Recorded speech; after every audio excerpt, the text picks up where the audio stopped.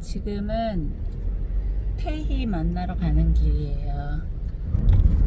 지금은 병원에 입원한 지 4일째, 5일째네요. 제가 나이가 많이 든 상태에서 임신을 해서 이제 아기를 낳았잖아요. 그때 저도 늦게 알기도 했지만 전 죽을 병 걸린 줄 알았어요.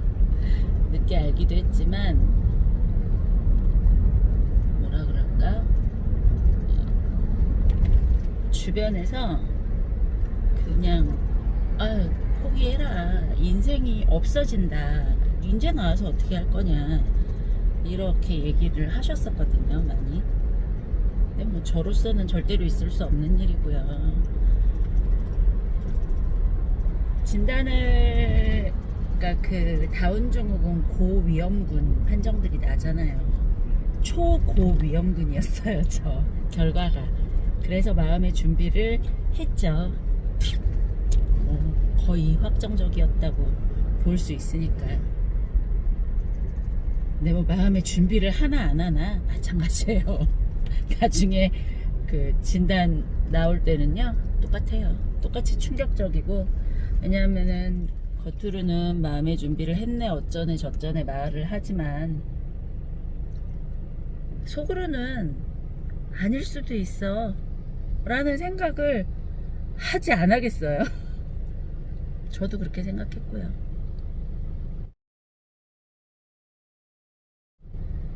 되게 힘들었던 거는 진단을 받고 나서는 누구의 잘못일까를 나도 모르게 계속 찾는 거예요. 내가 왜 어디서 잘못을, 어떤 부분을 잘못했기 때문에 아기가 그랬을까, 도대체 내가 어디서 잘못했을까, 다 내 탓인데, 내 탓이야 막 이런 거 있잖아요. 근데 태희 아빠도 내 탓이야 내가 뭘 잘못했지, 얼만큼을 잘못했기 때문에 아기가 그렇지, 왜 이런 생각을 많이 했대요. 근데 소용없는 거 아시죠? 누구의 잘못도 아니에요. 확률이, 나이 많은 엄마면 확률이 높아질 수 있고 뭐 이럴 수 있지만 모르는 거예요. 어떻게 알겠어요? 누가 밝혀내겠어요? 그것 때문에 힘들었고, 지금은 이렇게 지나고 나면은 그냥 헛웃음이 나오지만,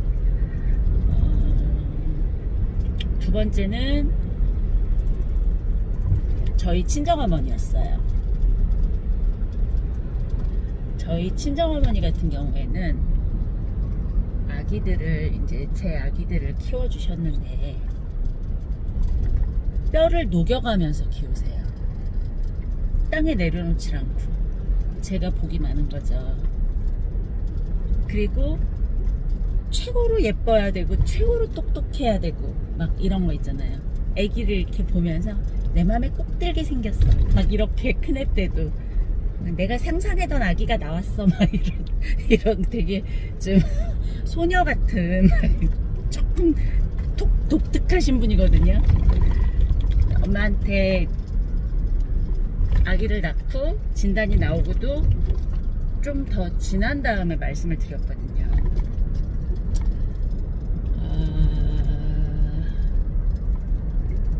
굉장한 반응이었어요. 엄마가 왜 저래 할 수 있는 반응들. 저희 엄마가요, 말이 굉장히 막 세게 나가시는 분인데 전 세계 통틀어서 가장 희생적인 어머니실 거예요. 정말 가장 희생적인 어머니. 근데 말이 그걸 덮어요.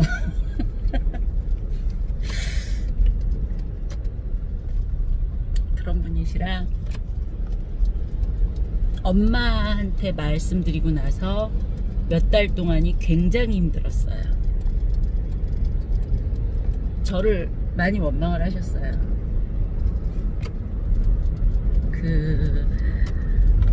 일하는 거부터 뭐 여러 가지 것들을 거슬러서 그래서 아기가 아픈 아기를 낳았다는 둥 뭐 그랬어요. 아무튼 되게 힘들게 하셨어요. 그래서 그것 때문에 많이 울었죠. 나는 왜 그게 위로받아야 될 일이라고 생각했는지는 모르겠는데 저 스스로 위로를 받고 싶었던 것 같아요. 근데 엄마가 그걸 안 해주니까 많이 힘들었어요. 근데 어느 날 그 엄마가 방에서 아기를 이렇게 보고 계시는데 제가 이렇게 밖에 들어온 거 모르고 엄마가 아기랑 얘기를 하시는 거예요. 그랬어, 그렇게 힘들게 나왔어, 엄마가 그렇게 줬어, 한 개 더 줬어, 이렇게 얘기를 하면서 눈썹도 좀 독특하게 티가 나고 손가락도 영락없이 티가 나고 뭐 여러 가지 특징들을 할머니가 살피면서 애기한테 그러시더라고요. 그래도 엄연히 내 딸이 낳았다는 거 그치? 아가 엄연히 내 딸이 낳았어 그치? 이렇게 얘기를 하시더라고요. 그래서 제가 그 순간 엄마한테 서운했던 마음이 싹 사라지더라고요. 그저 미안하기만 하더라고요.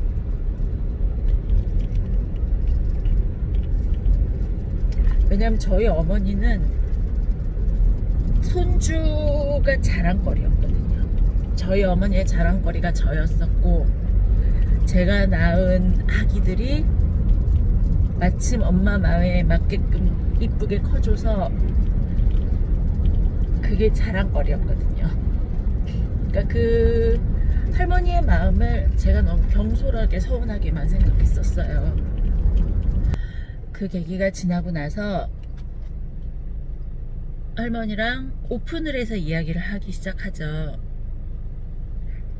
아가가 컨디션이 되게 안 좋거나 아니면은 유난히 다운증후군의 외모적인 특징이 티가 날 때가 있어요. 그러면 제가 아침에 일어나서 아기를 이렇게 보다가 할머니하고 저하고 똑같은 마음으로 보는 거예요. 저는 철이 없어서 겉으로만 티가 좀 안 났으면 하는 바람들을 꽤 오랫동안 갖고 있었거든요. 가족 안에서 그걸 자연스럽게 받아들이는 연습을 막 하고 나니까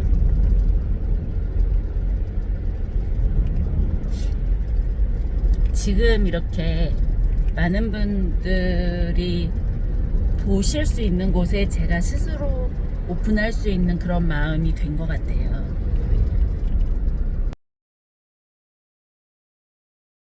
저조차도 해가 넘어가면 받아들이기 힘든 시간이 오기 시작해요. 시간을 되돌릴 수 있다면 어디까지 되돌려야 할까 하는 시간이 해가 지면 어김없이 오더라고요. 그 진단이 나오고 제 입으로 처음에 4 사람에게 오픈을 했어요. 바로바로는 아니었고, 예, 그랬는데 반응들을 보면서 아, 사람이 이렇게 갈리는구나 하는 생각을 많이 했어요. 오픈을 조금씩 하다 보니까 이렇게 나눠지더라고요, 사람이. 네, 그 힘들었던 당시에 도움이 되었던 거는, 그러니까 위로가 되었던 반응을 지금 생각을 해보면,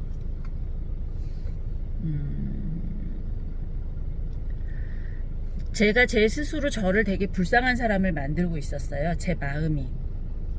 나는 이렇게 불쌍한 사람이 되었네라는 거를 나 혼자 만들고 있었는데, 그것도 모르고 있었는데, 왜냐면 내가 내 스스로 슬픔을 자꾸 끄집어냈었으니까. 근데 친한 동생한테 제가 아기를 가졌을 때 굉장히 도움을 많이 줬어요. 거의 우리 태희는 그 친구가 키웠어요. 뱃속에서부터 나와서도. 근데 그 아이가, 그 동생이 사실은 아기가 다운 증후군이야 이렇게 얘기를 했더니 날 이렇게 쳐다보더라고요. 그게 뭐, 그 속으로 어? 저는 언니 그랬어? 어떡해? 이럴 줄 알았어요. 근데 그게 뭐 똑같아 이렇게 얘기를 하는 거예요. 내가 이상한 사람이 되는 것 같은. 똑같아?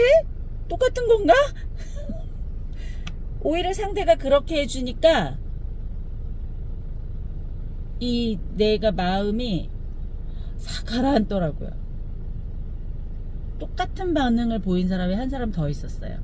제 친동생한테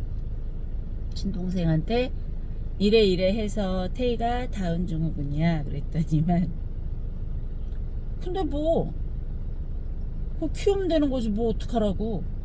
애기인데 똑같은 애기 이쁘기만 하더구만 뭐. 그때 또 두 번째로 충격을 받았어요. 내가 왜 이렇게 자꾸 마음의 동정을 구하고 있지? 그냥 아기를 낳았고 아기를 키우면 되는 건데. 그래서 계기가 좀 많이 됐어요. 많이 됐고,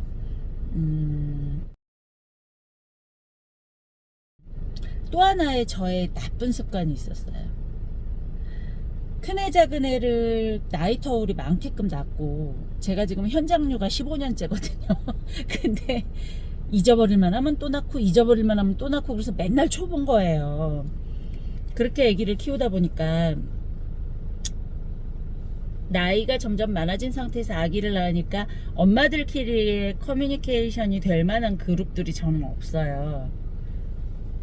그러니까 그냥 그저 온라인이 제 육아에 도움인 거죠.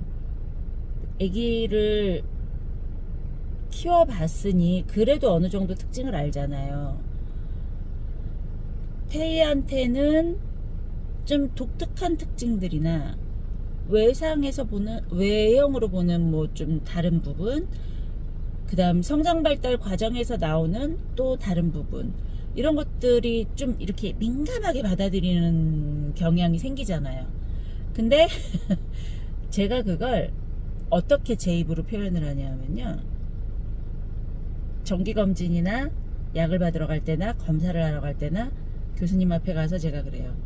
이랬는데요. 적어 갖고 가죠. 막 이렇게 물어볼 거를. 뭐 2달에 한 번 만나거나 1달에 한 번 진료를 보거나 하니까 이랬는데요. 다운이라 그래요? 이런 건 다운이라 못하는 거예요? 이건 다운이라 그런 거죠? 그 선생님 저를 빤히 쳐다보시더라고요. 다운이 왜요? 그냥 아기니까 다른 거예요. 다운이라고 못하는 거 없어요. 다운이라고 안 하는 것도 없고 온전히 태희 마음이에요. 이렇게 말씀을 하시더라고요. 그러니까 우리 아기가 다운이라서 못할 거라는 한계를 내가 딱 만들어 놓은 거예요. 내가 딱 요만큼만 만들어 놓고 이렇게 내려다보면서 너는 그래서 못하는 거지, 넌 그거밖에 안 되는 거지, 이러고 있었어요. 제가 제 예쁜 아기한테. 저는 제가 제정신을 차리게 되기까지의 그러한 반응들이 저에게 굉장히 큰 도움이 됐고요. 우쭈쭈 해주지 않는 주변 인물들이 저를 키웠어요. 그러니까 엄마들이 뭔가 자기 연민에 빠지지 않으셨으면 좋겠어요. 자기 연민에 빠져서 본인이 슬퍼지는 순간, 가여운 사람을 만드는 순간 아기까지 같이 가여워지지 않나. 저도 그걸 완전히 깨부시는 데까지 시간이 꽤 걸렸지만 완전히 깨졌을까요? 지금도 우울해지고, 지금도 문득 막 이렇게 북받쳐 오르면 또 감정이 휘몰아치지만, 그렇게 마음을 좀 정리를 하고 나서 아기를 바라보니까 시간이 좀 많이 흘러서 아기가 또 뭔가를 새로운 거를 하게 되잖아요. 기대치가 없으니까 얜 정말 자기 마음대로 클 수 있구나. 그래, 네가 너 마음대로 한번 행복하게 커봐라 라고 마음을 이렇게 정리하고 나니까 너무 기특한 거예요. 뒤집어도 기특하고 숟가락을 손으로 잡아도 기특하고, 그 뭐 6개월이 되면은 과자를 뭐 요렇게 잡아갖고 먹어야 된대요. 요렇게. 근데 이렇게 잡아서 이렇게 먹거든요. 그것도 신기하고, 그냥 하나부터 10까지 똥을 싸도 신기하고 쉬를 싸도 신기하고. 원래 기대가 크면 실망이 크고, 기대를 안 하면 기쁨이 배가 되죠. 아기가 하나하나 해내는 모습을 보면서 네, 매우 감사하게 키우고 있습니다.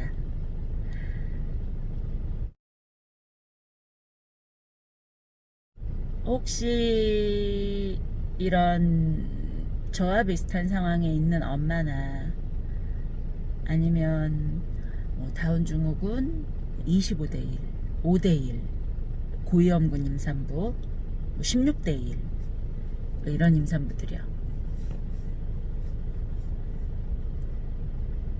낳기로 결심을 물론 하셨겠지만, 그랬다고 하면 그 마음의 지옥을 자꾸 벗으셨으면 좋겠어요.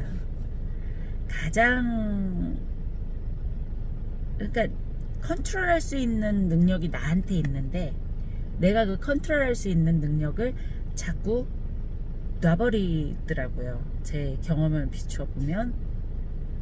놓지 마세요. 그냥 정신을 똑바로 한번 차려보세요.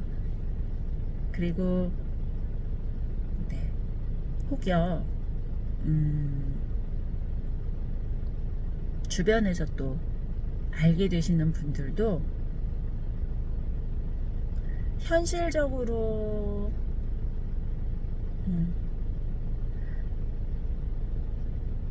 저는 뭐 물론 소소한 이런 영상을 짧게 올리지만, 다운증후군 아기는 좀 다르죠. 다른 거지 뭐가 뭐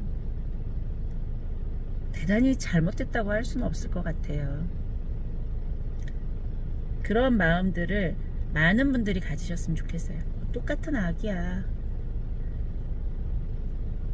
막말로 진짜 더 못생긴 사람도, 다운이 아닌 사람 중에 더 못생긴 사람도 있고요. 더 많은 잔병 치레를 하는 사람도 있고요. 그래요. 그렇잖아요. 그러니까 그냥 수많은 사람들 중에, 수많은 아기들 중에 한 아기라고 받아주시고 그렇게 반응해 주시면 좋지 않을까. 주변 분들도 그래요. 저희 식구들은요, 지금 제가 태희 병원에 이제 들어갈 건데, 온 집 식구들, 집에 있는 집 식구들이 지금 거의 말을 안 해요. 아기 생각만 해요. 기저귀도 이렇게 놔두고요. 옷도 이렇게 소파에 걸쳐놨고요. 아기가 이렇게 붕붕 타는 거 있어요. 그것도 방 한가운데 딱 버텨놨어요. 빠빵이도 갖다 놓고, 아기가 갖고 노는 장난감도 막 도처에 깔아놨어요.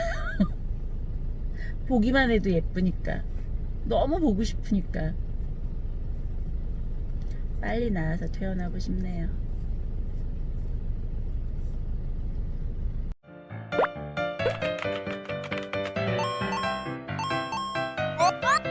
어?